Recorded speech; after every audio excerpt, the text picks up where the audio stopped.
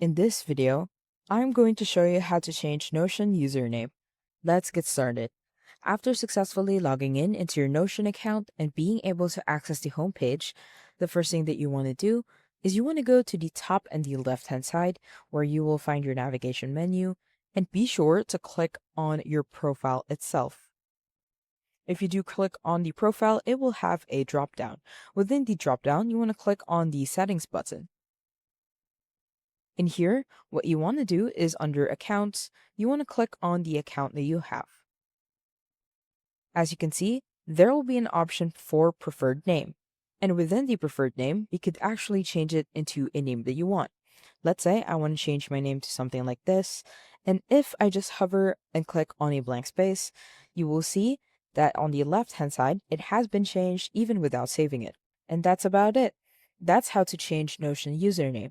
If you have any questions, please let me know down in the comments below, and I'll do my best to help you out.